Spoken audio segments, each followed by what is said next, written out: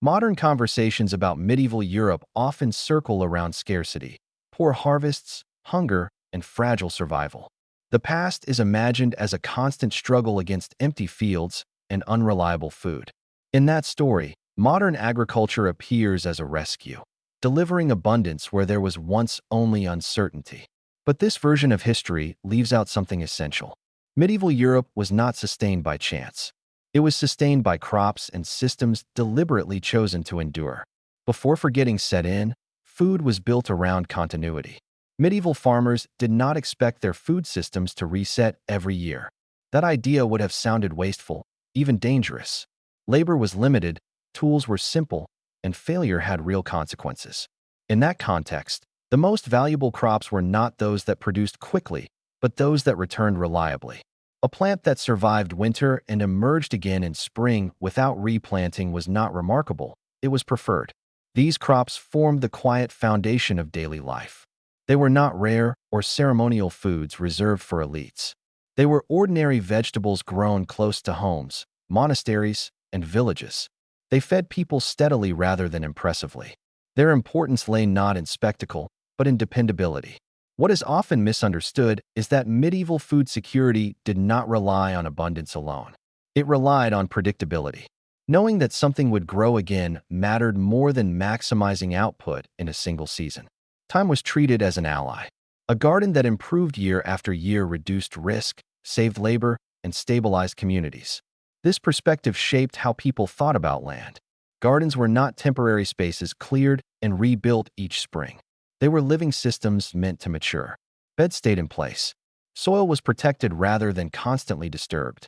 Plants were allowed to establish deep roots and claim long-term space. Over time, these gardens became easier to manage, not harder. Forgetting this changes how medieval life is interpreted. When long-lived crops are removed from the picture, survival appears miraculous or accidental. When they are restored, survival looks intentional. People were not simply enduring hardship. They were designing systems to soften it. The forgetting did not happen all at once. It unfolded gradually as agriculture shifted away from survival and toward markets. As food became something produced for sale rather than security, priorities changed. Speed began to matter more than endurance. Uniformity mattered more than resilience. Replacement became normal. With that shift came a subtle rewriting of expectations. Vegetables were no longer judged by how long they fed people, but by how quickly they moved through fields and markets.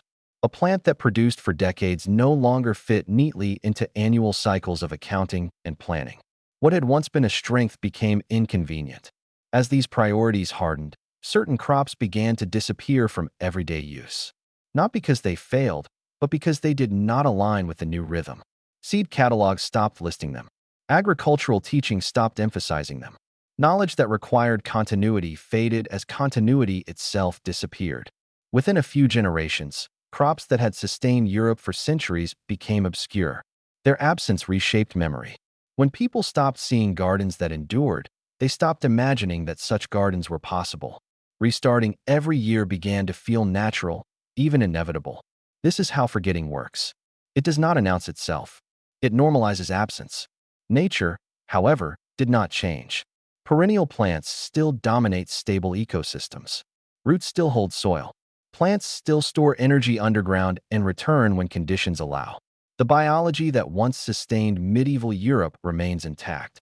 What changed was the system that made use of it. Understanding food before forgetting means recognizing that medieval agriculture was not defined by constant scarcity alone. It was defined by deliberate choices aimed at reducing risk over time. Long-lived crops were part of that strategy. They were not accidents of tradition, but results of observation and experience. This chapter is not about romanticizing the past. Medieval life was harsh, and hardship was real. But the crops that sustained it were chosen carefully. They were meant to stay. Once that truth is acknowledged, a deeper question emerges. If these crops worked well enough to sustain Europe for centuries, their disappearance demands explanation. The mystery is not how medieval people survived. The mystery is how such effective systems could be forgotten at all. That question guides everything that follows. Because to understand what was lost, we first have to understand what was once so ordinary that no one thought to write it down. To understand how medieval Europe sustained itself for centuries, you have to change how you think about gardens. These were not decorative spaces, side projects, or seasonal hobbies. They were survival systems. A medieval garden was as essential as a granary or a well, and it was designed with the same seriousness. Its purpose was not to produce impressive harvests in good years, but to keep producing when conditions were bad. Medieval Europe was shaped by instability. Weather patterns were unpredictable. Frosts arrived early. Summers failed. Wars disrupted trade routes. Plagues removed labor overnight. In this environment, a food system that depended on perfect timing or constant replanting was a liability. What people needed were systems that continued working even when human effort was interrupted. That requirement shaped how gardens were built. Medieval gardens were permanent by design. Beds were laid out once and expected to remain in place for years, often generations. Paths did not shift. Boundaries did not move.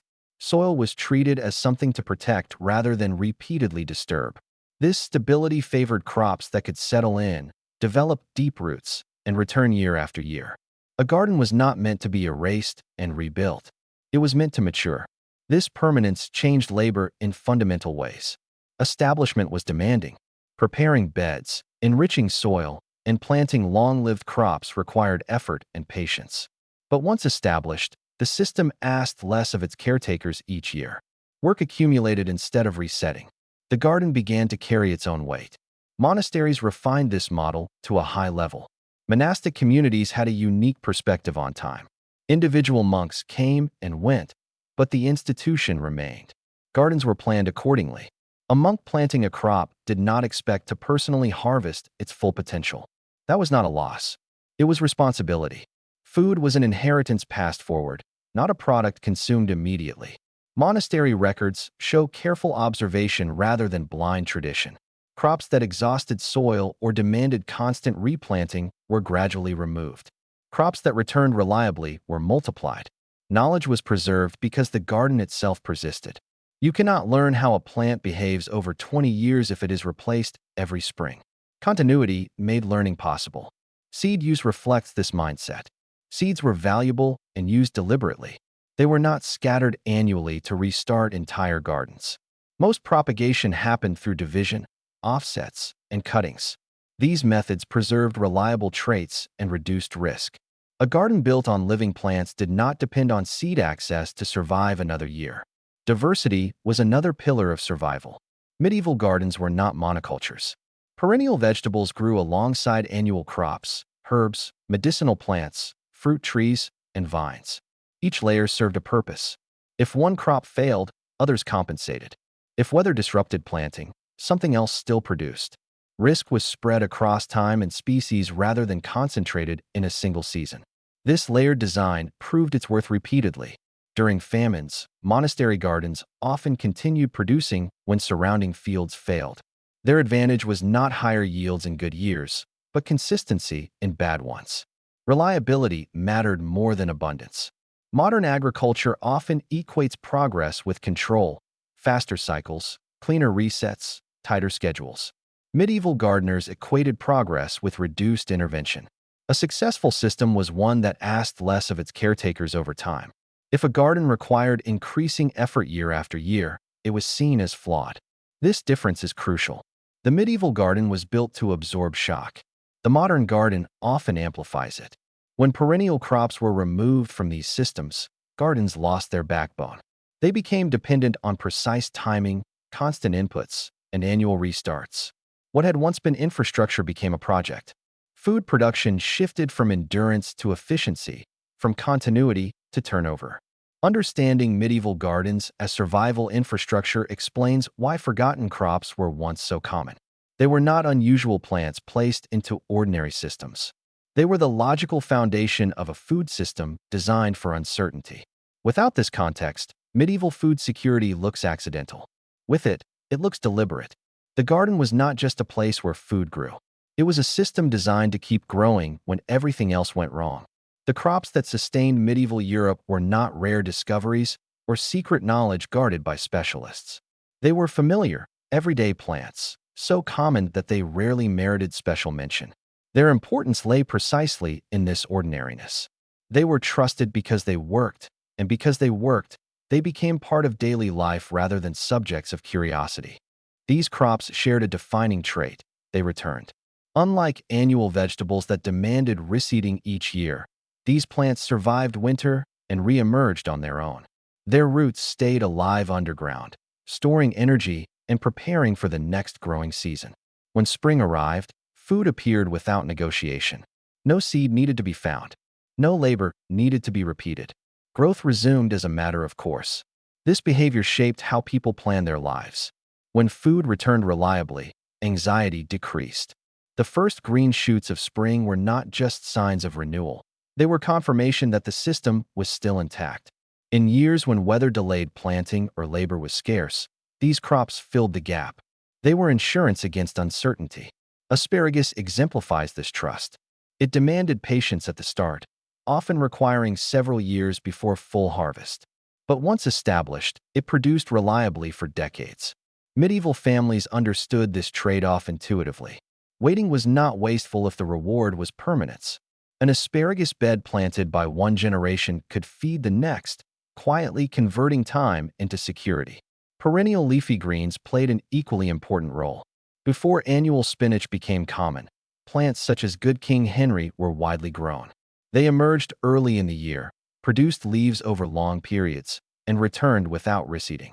Their versatility mattered.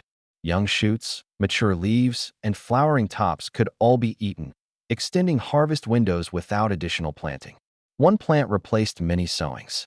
Flavor was another form of sustenance. Lovage, a tall perennial herb, returned every year and flavored large quantities of food with minimal harvesting. In a diet where variety was limited, flavor mattered deeply. It made simple meals satisfying and preserved foods tolerable through long winters. One plant could serve an entire household for years, reducing dependence on trade and imports. Root crops anchored winter survival. Skirret, now largely forgotten, produced clusters of sweet roots that could be harvested selectively. Instead of killing the plant to eat it, gardeners removed some roots and left the rest to regenerate. The plant remained alive underground, acting as a living pantry. Fresh food could be dug even in cold months when other crops were unavailable. Rhubarb added another layer of reliability. Once planted, it became almost permanent. It tolerated neglect, cold, and poor conditions. Each winter it disappeared above ground, only to return stronger in spring.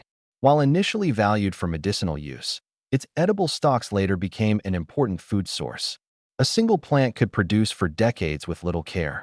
Artichokes introduced renewal through knowledge rather than reseeding. Individual plants produced edible buds for several years before declining, but they also produced offsets, new plants emerging from the base. Gardeners divided these and replanted them, maintaining the crop indefinitely. The system relied on understanding, not constant replacement. As long as the knowledge survived, so did the food. Even aggressive plants were welcomed. Horseradish, once established, spread persistently. Medieval gardeners saw this as a benefit.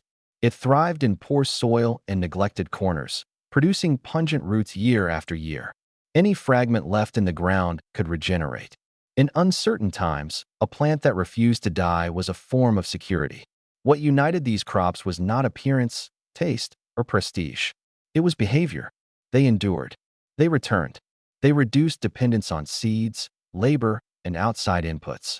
They turned gardens into systems that improved with time rather than exhausting themselves.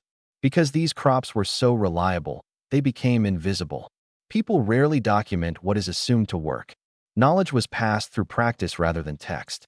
When systems changed and these crops disappeared, their absence felt natural because their presence had once been taken for granted. This is why they are forgotten now. Not because they were unimportant, but because they were ordinary. Understanding that ordinariness is crucial. Medieval food security did not rely on rare solutions. It relied on familiar plants behaving predictably over long periods. The crops everyone knew were the crops that stayed. Their disappearance was not a biological inevitability. It was a cultural shift. And once these everyday anchors were removed, food systems lost something they could not easily replace: continuity without constant effort. The next chapter confronts how that shift happened, how crops that everyone knew were gradually pushed aside until familiarity turned into absence, and absence turned into forgetting. The crops that sustained medieval Europe did not disappear because they stopped growing well. They disappeared because the systems around them changed in ways that made their strengths inconvenient. As Europe moved out of the medieval period and into early modern and industrial agriculture, food production slowly shifted away from survival and toward markets. Once that shift took hold, permanence, once the foundation of food security, no longer fit. Medieval agriculture was organized around continuity. Land was expected to carry memory. A garden improved as it aged, and knowledge accumulated because the system itself persisted. But as farming became more commercial, land was reimagined as something that could be reset, reorganized, and optimized every year. Fields needed to be cleared on schedule, planted on command, and harvested in uniform windows. Crops had to fit calendars, contracts, and accounting cycles. Perennial vegetables resisted this logic. They occupied land continuously. They matured unevenly. They could not be easily standardized or cleared at will. Their value unfolded over decades, while emerging markets measured success season by season. From an economic perspective, this made them awkward. Not inefficient in terms of food produced, but inefficient in terms of predictability and control. Annual crops fit the new system perfectly. They started and ended on cue. Inputs could be calculated precisely. Outputs could be projected. Fields could be replanted based on demand rather than continuity. Most importantly, annual systems created repeat need. Seeds had to be acquired again. Fertility had to be replaced. Labor had to be reapplied. Economic activity was sustained through repetition, even if long-term resilience declined. This is where the shift becomes visible. Crops that reduced dependency on seeds, on inputs, on timing, were quietly deprioritized. Not banned, not condemned, simply omitted. Seed sellers had little incentive to promote vegetables that needed to be planted once and maintained for decades. Agricultural education followed suit, focusing on crops compatible with mechanization and short cycles. What was not sold was not taught. What was not taught was forgotten. Cultural attitudes reinforced the change. Waiting came to be seen as inefficiency. A plant that required several years to reach full production appeared impractical in a world increasingly focused on quick returns. The idea of planting something you might not personally harvest felt outdated rather than responsible. Time horizons collapsed from generations to seasons. Language shifted alongside practice. Long-term systems were labeled old-fashioned. High-input, fast turnover systems were labeled modern. Productivity was measured per acre per year instead of per acre over decades. Under that metric, perennial vegetables could never compete, no matter how much food they produced in total. The transition felt like progress. Fields looked cleaner. Schedules felt tighter. Outputs were easier to quantify. But beneath that surface, resilience was being traded away. Systems became efficient in good conditions and brittle in bad ones. The buffers that once absorbed shock, plants that returned regardless of disruption, were removed. This process did not happen overnight. It unfolded gradually, generation by generation. As older gardeners passed away, knowledge that required continuity disappeared with them. Skills like dividing plants, managing long-lived beds, and harvesting without weakening crops were no longer needed in systems built on replacement. Once the practices vanished, the plants followed. What makes this loss hard to recognize is that nothing dramatic marked the moment of forgetting.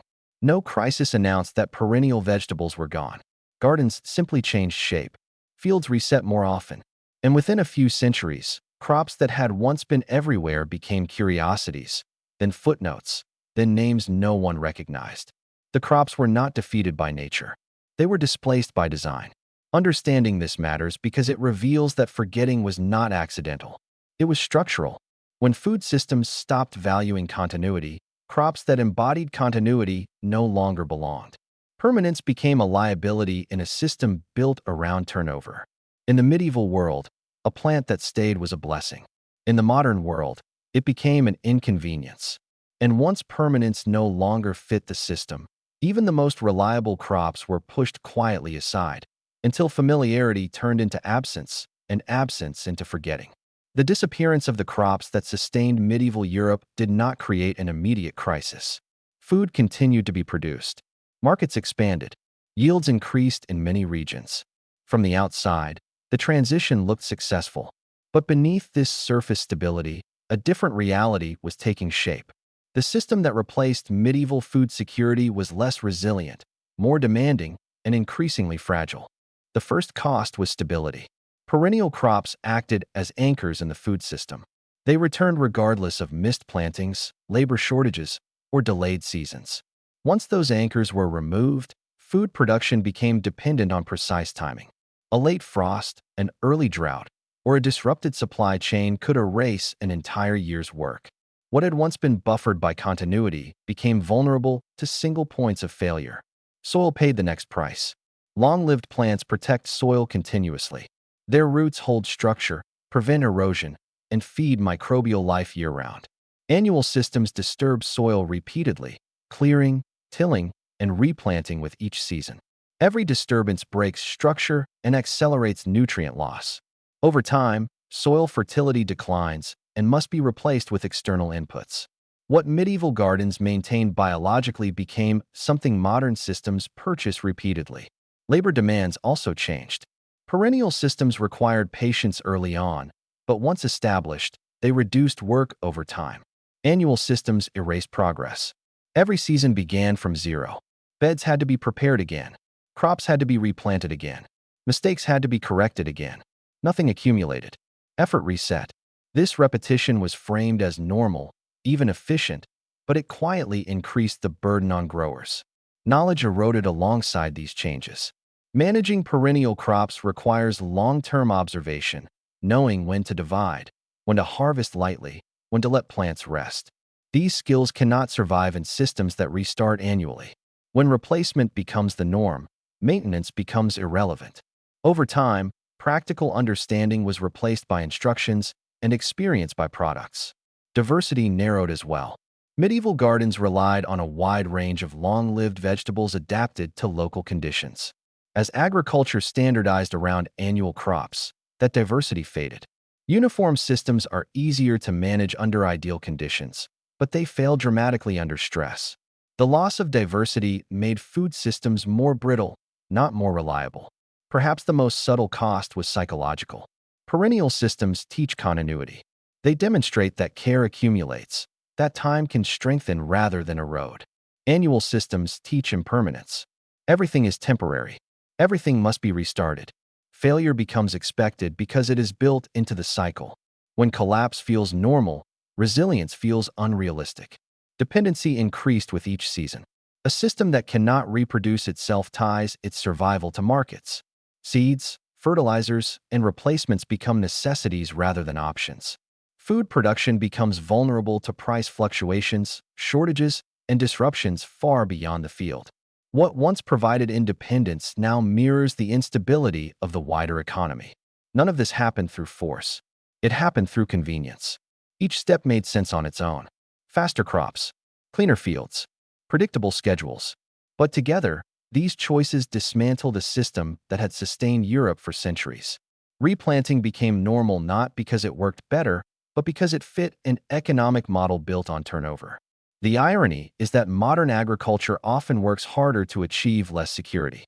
More inputs, more effort, more complexity, yet greater vulnerability. Medieval food systems were not easy, but they were durable. They improved with time. They assumed that today's work should make tomorrow easier. When these crops were forgotten, that assumption disappeared with them. Food security became something to manage endlessly rather than something to build. Stability became conditional instead of inherent. The cost of forgetting was not just the loss of specific vegetables. It was the loss of a relationship with time, a belief that systems could grow stronger rather than weaker as years passed. And that loss continues to shape how food is grown today.